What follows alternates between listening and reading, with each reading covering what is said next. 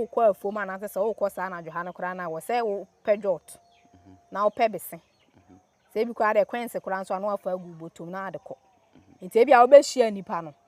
e bia o se na mesra o ma me bese se wo nim no nti no wo obi a na ade ama no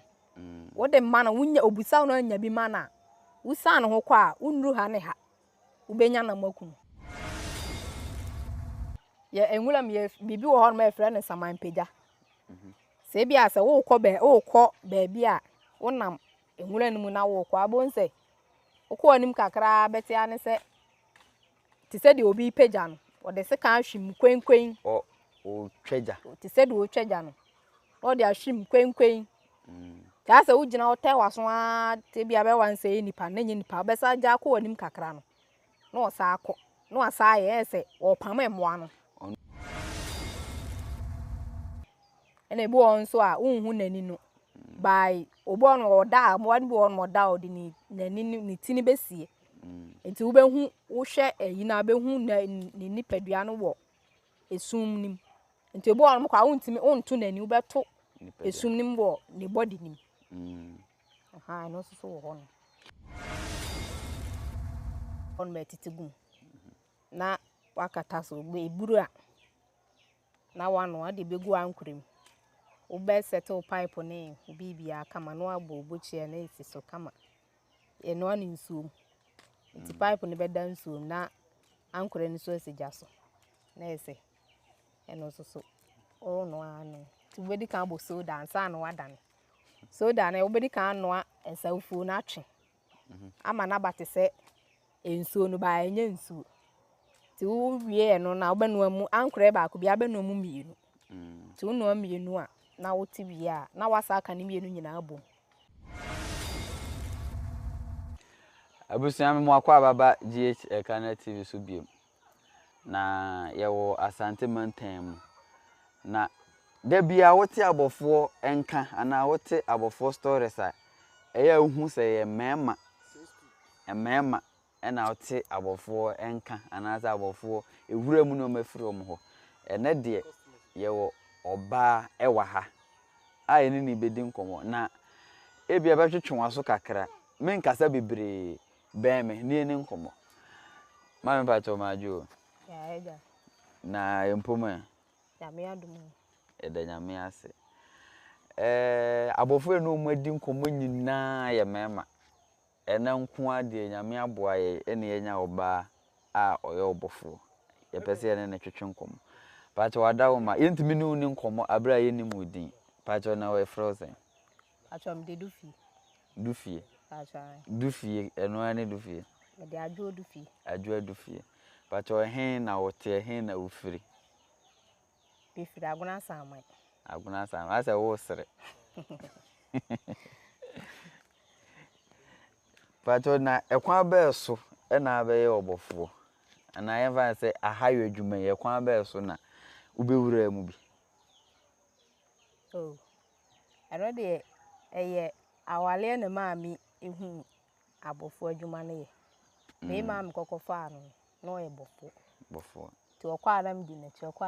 chi ena maami di hu na so de establish ho kafro awale no mfanse udu ani bu a ebedi mfie be se ni o se na eni agi se ye wudie mo sha ase na di mfie be se awale no di mfie be se o ye sha ase de ko 14 years internet abofo dwuma no wura 14 years ni o ende mi wura mbe 10 years 10 years acha ekwan ba so na wani je ho ana ekwan ba so na be ma ndi wura mi ansha se mfire ho no e ho no beboa o ne mani nye hu ba mi hu no de na ono so ye bofo enti toda bi na wo kwa aya me se me ne beko o se o de e ho enwula mu de san ana me se meko enti dako e no ka se me enko ana me ne ko yi tu okwa na odi aya o ma no se ye se omom di abofo echi no ono mo bone bag ye from odi aya na oku anu afa na odi sua ana sha se nde na esa na okwa na me den bag ya me na mbone bag ti o ebi o kire se wo kwa na hu abo a Tino esi fa to no ene de wa bes fa yi unan ni nyina o kire me se etu kura we kwan be so no de kire o fa kire oh chalo enti me fa no se bia wa hu aboa no ayi bi wa ha eye etuo no se hu aboa na obegeji aboa no na wa hwe sa ayi na wo ho no mo no eno e wedding eye ne point esi ha kukuru akakra nti eno e na ade be hwe ti wo be hwe no so na o de ata aboa ni din na wato no ade di kan a uku aboa no na etesei oh miku bi nde na me de na ya aboa na ya akohwede e ba ne sei na ukunu wei wonkwan na akọ ye den oh ye kwa afuom timete se na omusu na me ye se ne ma me nkote wo nhwe e na ye frɛ o mu nso ya frɛ akohwede no frɛ o mu a omoba ti me kote ye na me frɛ wo mu e na ebi tu besi ye na me kun no e kwan be so na mo frɛ o mu oh obi a ne de we osifa frɛ no ti wo kwan be so na wo frɛ no me dem frɛ ni se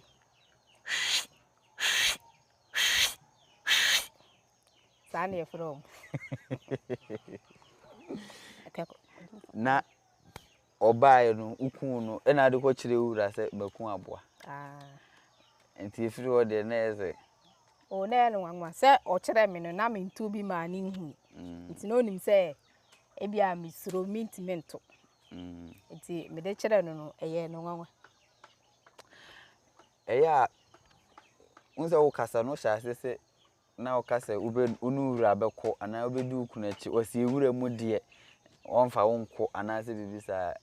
ewura mu ehu oh enwura mu de enwura mu nyehu wa ye keka sa na ye kan se enwura mu ehu de ba enwura mu nyehu enye asem da wo se abofo mu kwa de mu behu bia mu nkan ti na bia wo pese o dai oh da bi me na da mo sa se nipa de ni nyina ne wa adwene na wo de ko no wo dwene papa akwa se ne papa na be hia so ko nso na bone wo tirimu a ene be hia bone nso ti ejina wa adwen so enwumere ahayo no wakobida makobida eno na wokọ ana wakobida eno na meko enti apart from ahayo no wo sa wo adwuma foforo a wo sa se obu o se me yekue ni nam de ahayo na ka ho ana se me adwuma we yese wo to abe me twa abe utwa me sai twa abe eno ho asem te sei o abe ne de satama eno nso so saa ne nam be ma no so na ma me hiye enti ye nyato na ye po wie mu nsane ne bibia de metimi aye anu amana be ya petition wa wo po me ya me po e kwan be so na mo po no o so to abe no to ho a ye de ni tini na ehwe ne ye po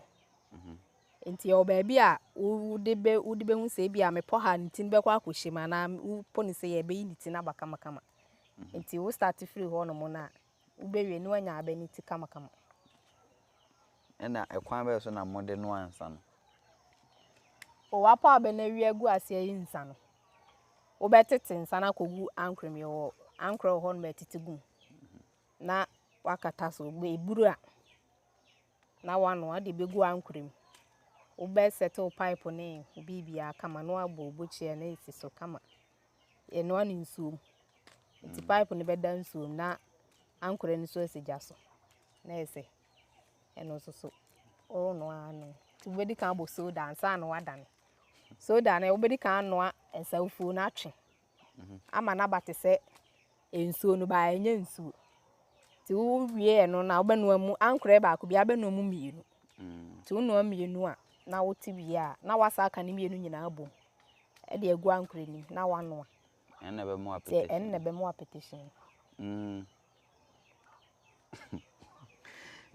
yem metoa ahayo ne so uko ewuram no yemfa se anadwo ha de ede ya emu asem te sei uhu abo a sei na anadwo ha ne sei oh anadwo boa no omani so nti so ho aboa na se wo torch na ebo mo maso na wo de ni na mu ni de ho aboa na aboa na ni beso na ni beso so te say o se menchiro se wa hu se wo dwan ani so da se wo to edua na adwona to torch hwe wo dwan so a wo do bo hu so dwan ni nani na so saa na ewura mu ano so ti anadwo nti nani ene ye di hu se aboa ni ene bi won so a unhu nani no by obo no oda mo bi won mo da odi ni nani ni tini besie nti wo be hu wo hwe ayi na be hu ni nipadua no wo esum nim nti obo won mo kwa untimi unto nani wo be to esum nim wo ni body nim no so wo ho no wako anadwo ha no akohia bibida ye enwulam ye bibi wo ho no ma efre ne samanpeja se bia se wo kɔ ba bia wonam enwura nimu na wo kɔ abonse wo kɔ anim kakra betia ne se ti se de obi peja no wo de se kan hwim kwenkwen o tweja ti se de o tweja no wo de ahwim kwenkwen ta se wo gina wo tai waso a te bia be wan se nipa na nye nipa be sa ja kɔ anim kakra no na wo sa akɔ na wo sa ye se wo pam emoa no onu adi wanim onu adi wanim pam emoa no ese saada ne de wunya so ene fen say samanpeja ewura mu no ya wonko ana wokɔ se ne o ka se wura na kire wo na ya wonko ana wokɔ o menko ana mekɔ ti se de why master o sorry ya na ese menko ana mekɔ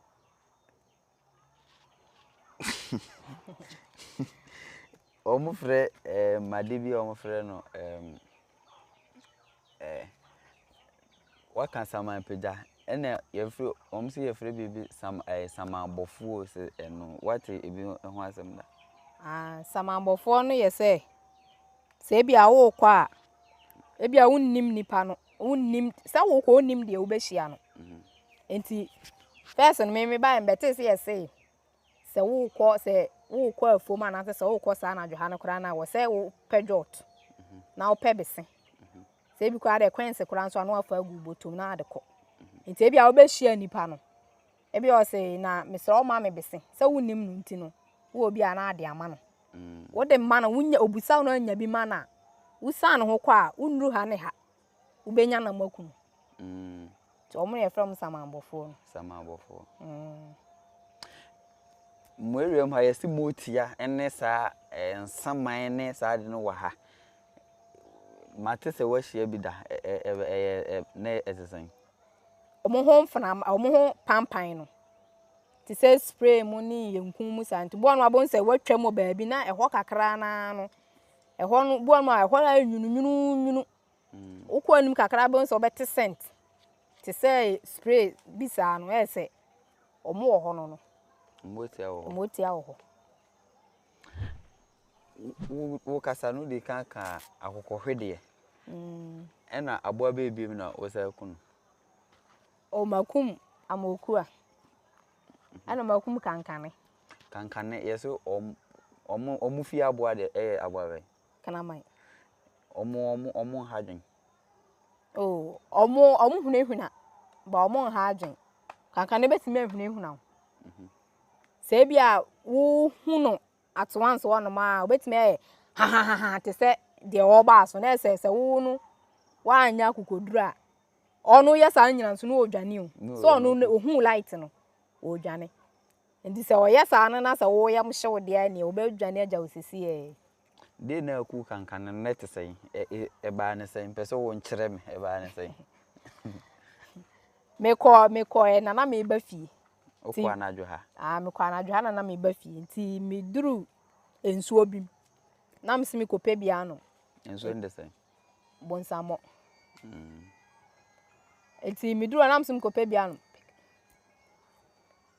me yasam kope bia no se aboa no na pebre no nso be pe bia no aboa no nso be pe nti na haban eti me koto ye na me yasam enum so na hu se waye se de me kan ese wonu na humi wo huna me no wonsuo na ja onu no so wonsuo ne awura animu owo awuram sa to onu so be pe bia no enti e ba sa na me hu na me ye fast picky tu no na me de hwe ne so ti me e bo no kra no mu oye o hurihuri saa o dan ekoto akiri ti se woto etuo no so na saa nya nipa ne saa nso a ana se e bo na to anso na wangu ana ho no mo a ana odi moja no eko enti e ba nsa na so hwehwe moja haban no so saa ti me hwehwe ho saa mkwe no da ho ena mfa no wo kan nsuo ho asɛm no ya te sɛ yɛsɛ yɛnto etu entra nsuo oh yeah okay no de me no me nti bi sa de ba nya se nsuo ne da ho kese na wo to atwam se na abo na ikonum nsuo na so me ikonum nsuo nti satan na pesi nti ho na ye ahaban ne awora nti enwura ne mu na me to no wo nsuo na mena ni sa na ye kankane na dan de odi be fie de na wonu wura nso akọ ahaya bomunda me na akobia abumuda yese mutwa kwan nti obia na twa ne kwan ana mutwa kwan ba akọ na mmienu nyina wafa so mokwa ya na tese o se me ni kobom dia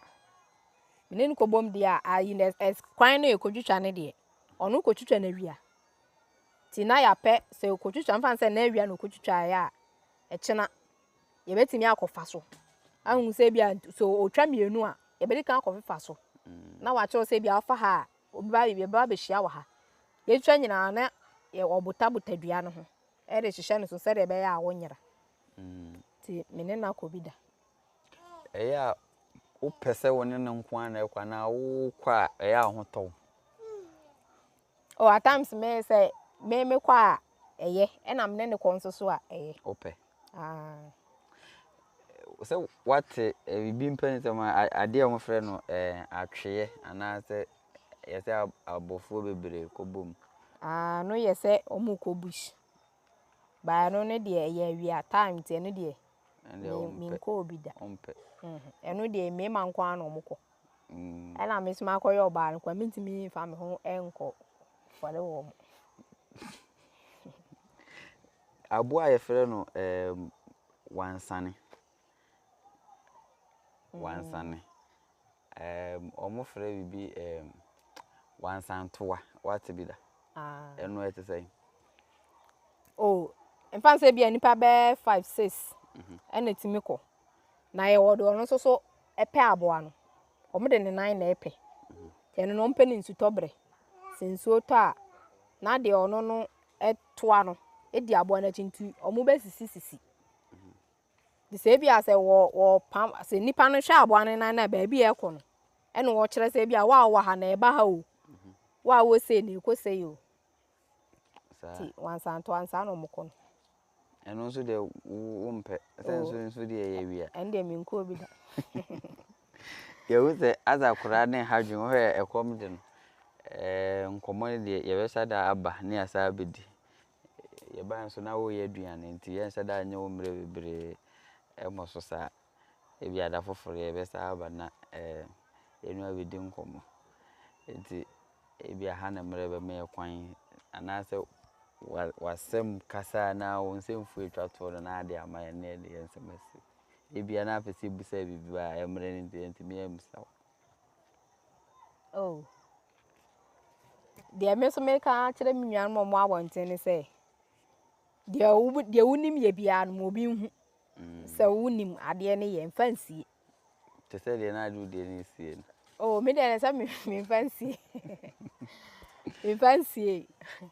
ndi so ni bibi ya no wa ye ni se de be ya da chi bi no ubenya so mfaso ndi se bia so obi pese wo frɛ me na me cheche ne niema bi mu a obetimi afrɛ me wo 0240 54 90 17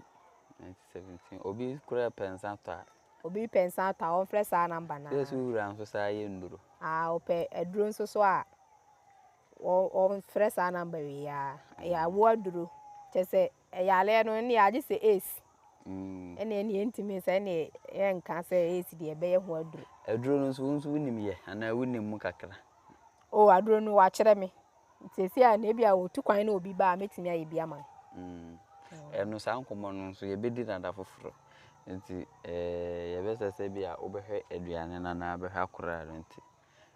Ye da se ye frɛ wo nya da agye ne ye di nkomo. Mesem da mase. Amisro. Open it up and finally explore everything.